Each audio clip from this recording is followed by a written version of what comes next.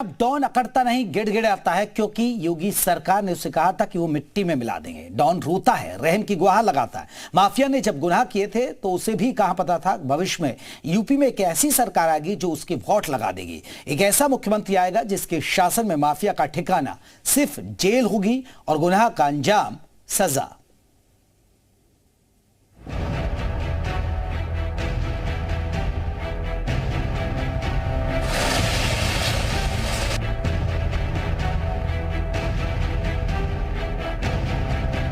पूर्वांचल का डॉन जिसका खौफ था कभी बेशुमार, अब एक के बाद एक मामलों में सजा पा रहा है। माफिया डॉन मुख्तार अंसारी को गैंगस्टर मामले में एमपी एमएलए कोर्ट ने 10 साल की सजा सुनाई है। साथ ही उस पर 5 लाख का जुर्माना भी लगाया है। वहीं मुख्तार के सहयोगी सोनू यादव को 5 साल की सजा मिली है।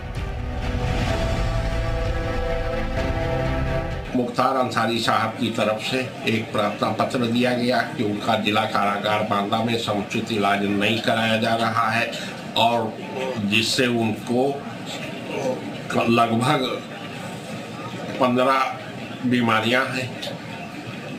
वीडियो कॉन्फ्रेंसिंग से मुख्तार अंसारी साहब पेश हुए, जफर उर्फ चंदा संत कबीर नगर से पेश हुए और अफरोज उर्फ चुन्नू गाजीपुर से पेश हुए। शेष अभियुक्तों की हाजिरी माफी दी गई जो स्वीकृत हुई। बता दें, मुख्तार पर 2010 में करंडा के रहने वाले कपिल देव सिंह की हत्या और मोहम्मदाबाद के अमीर हसन की हत्या की कोशिश के मामले में गैंगस्टर एक्ट के तहत केस दर्ज किया गया था। अब सजा के ऐलान के बाद मुख्तार के वकील ने हाई कोर्ट में जाने की बात कही है। मुख्तार का वकील भले ही ऊंची अदालत जाने की बात कर रहा हो, लेकिन निचली अदालत में ही माफिया के चेहरे से हवाई उड़ गई है। वो अदालत से रहम की भीख मांग रहा था। अभियुक्त मुख्तार अंसारी की उम्र ज़्यादा हो चुकी है, बीमार रहते हैं, उनको अनेक प्रकार के रोग हैं, जिसके कारण से उनको कम से कम सज़ा दी जाए। और माननीय न्यायालय ने दोनों पक्षों को सुनने के बाद जो अपना निर्णय दिया है उसमें अभियुक्त मुख्तार अंसारी को 10 साल के सश्रम कारावास और 5 लाख के अर्थदंड से और सोनू यादव को 5 साल के सश्रम कारावास और 2 लाख रुपए के अर्थदंड से दंडित किया है। मालूम हो कि गाजीपुर कोर्ट से गैंगस्टर एक्ट के तीसरे मुकदमे में मुख्तार अंसारी को लगातार सजा सुनाई गई है। गैंगस्टर केस में 10 साल की सजा पाए मुख्तार अंसारी को गैंगवार के एक मामले में भी मुख्य आरोपी बनाया गया है। मैं एमपी एमएलए कोर्ट के जस्टिस अरविंद कुमार मिश्रा जी को तहे दिल से धन्यवाद देता हूँ। ऐसे अपराधियों को ऐसे ही जघन्य सजा दी जानी चाहिए और आगे आने वाले अन्य मामलों में भी इसे कड़ी सी सजा मिलेगी और इस सारे सजा का श्रेय मैं माननीय महाराज जी को देना चाहूँगा। उनके कार्यकाल में, उनके राजपाट में ऐसे अपराधियों का ऐसा ही हो रहा है। 15 जुलाई 2001 का ये मामला गाजीपुर के उसरी चट्टी गैंगवार का है, जिसमें मुख्तार अंसारी और ब्रिजेश गैंग के बीच हुई गोलीबारी में 3 लोगों की मौत हुई थी। एसआईटी की जांच पूरी होने के बाद इस केस की चार्जशीट कोर्ट में दाखिल की गई, जिसके बाद अब गाजीपुर एमपी एमएलए कोर्ट में इस केस की सुनवाई होगी। यानी अब सामने आएगा पूर्वांचल के सबसे बड़े गैंगवार का पूरा सच। देखिए, ये मामला जो है 15 जुलाई 2001 का है। मुख्तार अंसारी अपने समर्थकों के साथ, वो विधायक थे और यूसुफपुर आवास फाटक से मऊ जा रहे थे और रास्ते में जो है उसरी चट्टी गांव है, उसरी चट्टी पर एक ट्रक खड़ी थी और ट्रक पर से हमलावर जो है वो अचानक उनके गाड़ियों पर गोलियां चलाने लगे AK-47 अत्याधुनिक असलहे से, जिसमें कि मुख्तार अंसारी एवं उनके सभी समर्थक जो है घायल हो गए थे और किसी तरह जो है अपना बचाव करके। मृतक मनोज राय के पिता ने मुख्तार के खिलाफ दर्ज कराया था केस। 15 जुलाई 2001 में मुख्तार अंसारी ने ब्रिजेश गैंग पर लगाया था हमला करने का आरोप। इस हमले में मुख्तार के गनर समेत 3 लोगों की हत्या हुई थी। इधर बाराबंकी में भी मुख्तार अंसारी की गैंगस्टर मामले में पेशी हुई। पेशी के दौरान बांदा जेल में बंद बाहुबली मुख्तार अंसारी ने वीडियो कॉन्फ्रेंसिंग के जरिए हुई सुनवाई में वकील के जरिए जज को एप्लीकेशन दी और अपनी बीमारी और सही इलाज न मिलने का हवाला दिया। ब्यूरो रिपोर्ट, ज़ी मीडिया। चलिए, हमारे साथ दो सहयोगी रहेंगे। हमारे साथ विशाल पांडे हमारे साथ, आपको बता दें, विशाल रघुवंशी रहेंगे हमारे साथ लखनऊ से, और साथ ही साथ हमारे साथ मऊ से हमारे सहयोगी प्रकाश पांडे रहेंगे। दोनों का रुख करेंगे। सबसे पहले प्रकाश, आपका रुख करते हैं। मऊ, गाजीपुर, ये वो इलाके हैं जहां डॉन मुख्तार अंसारी की तूती बोलती थी, लेकिन आज जिस तरह शिकंजा कसा जा रहा है, संपत्तियां कुर्क की जा रही हैं, अब यहां क्या चर्चाएं होती हैं इन इलाकों में? जी बिल्कुल, देखिए, जो मऊ की बात करें तो मुख्तार अंसारी जो है वो मऊ में एक ऐसा साम्राज्य चलाते थे। 2005 में जो दंगा हुआ था उसमें खुली जीप में घूमते थे, उनका एक साम्राज्य चलता था। लेकिन आज की परिप्रेक्ष्य में बात करें तो जो योगी सरकार की एक्शंस है वो मुख्तार अंसारी के साम्राज्य को धीरे धीरे खत्म कर रही है। और कहीं ना कहीं जो पहले जो मुख्तार अंसारी के नाम पर बिजनेस करते थे, मुख्तार अंसारी के नाम पर घूमते थे, वो आज मुख्तार अंसारी का नाम न जुड़ जाए इस डर से वो लोग दूर दूर भागते हैं।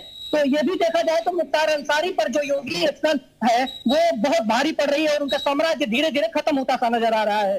मुख्तार अंसारी जो यहाँ राजनीतिक इतिहास के साथ साथ आपराधिक इतिहास भी मऊ जनपद से उनका जुड़ा हुआ है, क्योंकि यहाँ 4 बार से अधिक विधायक मुख्तार अंसारी रह चुके हैं और साथ ही आपराधिक इतिहास भी यहाँ से कम नहीं रहा है। 2005 दंगा और बीच में 2005 दंगे के बाद प्रदेश में वो पूरी तरह से सुर्खियों में आ गए थे और उनका पूरा बोलबाला था।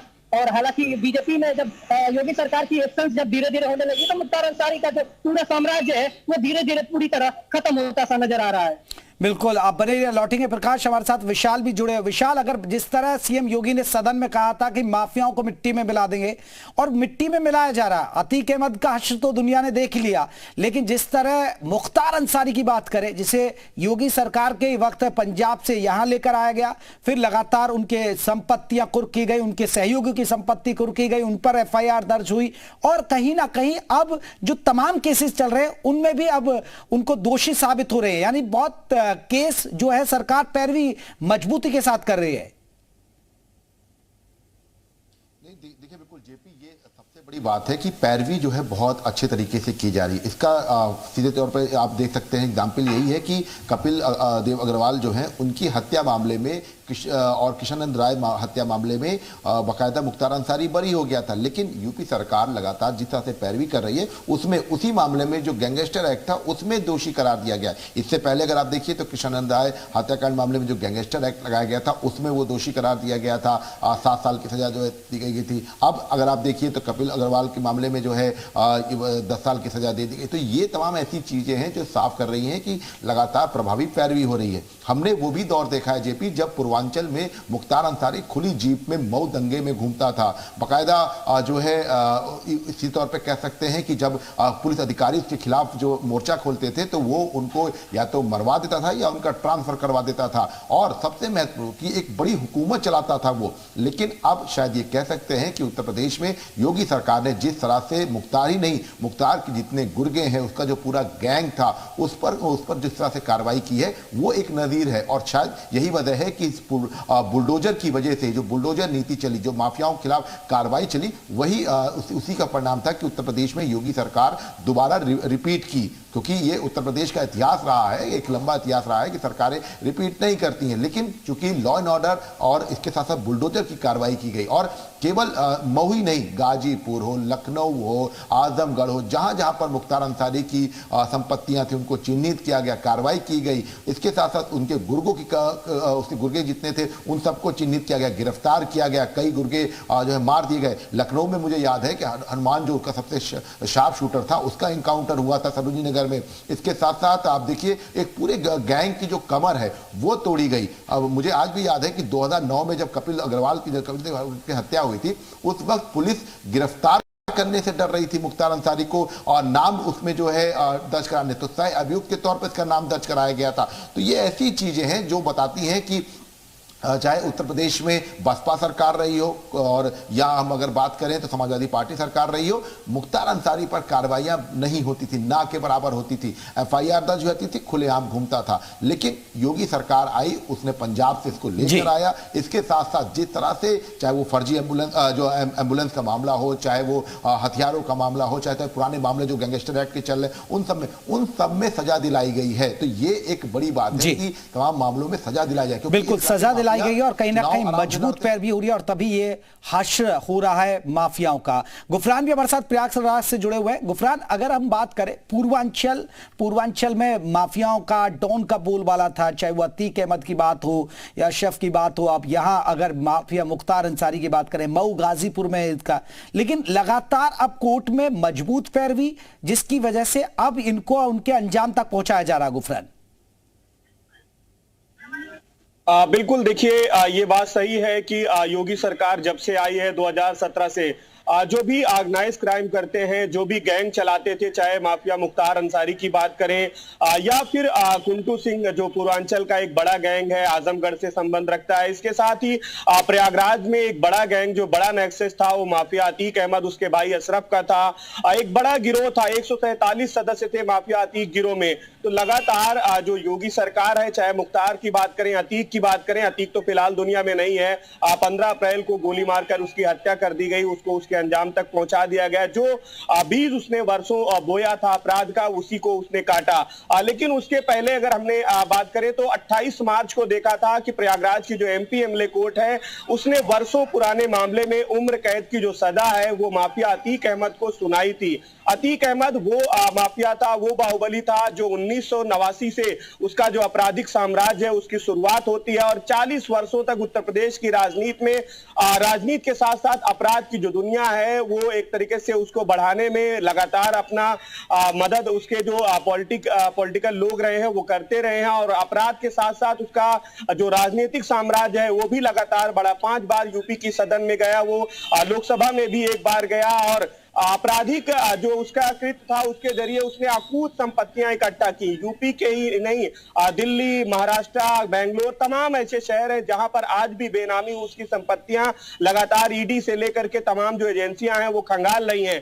पूर्वांचल में दखल जो है अतीक की भी रही है, ये किसी से छिपा नहीं है। लेकिन मुख्तार अंसारी एक बड़ा गिरोह था। हमने देखा कि करीब 4 से 5 ऐसे मामले हैं जिसमें पिछले 3 से 4 सालों में मुख्तार अंसारी को उसके अंजाम तक यानी सजा तक पहुंचाया गया है। अदालतों में कभी उसके खिलाफ जो मामले होते थे ठोस पैरवी नहीं हो पाती थी, अभियोजन भी कहीं ना कहीं से डरा सहमा होता था क्योंकि उसको प्रोटेक्शन नहीं मिलती। बिल्कुल, ये एक सबसे बड़ी बात है कि अभियोजन पक्ष भी डरा रहता था गुफरान और इसी वजह से ऐसा होता था। हमारे साथ आलोक भी आपको बता दे गाजीपुर से जुड़ गए।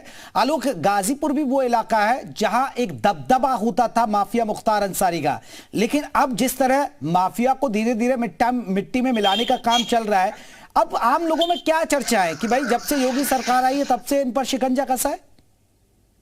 जी, मैं बता दूं कि निश्चित तौर से पूर्वांचल में जो है लगातार मुख्तार अंसारी माफिया डॉन के रूप में स्थापित रहे हैं और एक जमाना था कि पूर्वांचल में तूती बोलती थी। लेकिन जिस तरीके से जिला प्रशासन और शासन के मंशा के अनुरूप जिस तरीके से माफिया और अपराधियों पर जो कार्रवाई चल रही है वो निश्चित तौर से माफियाओं के लिए एक खौफजदा है।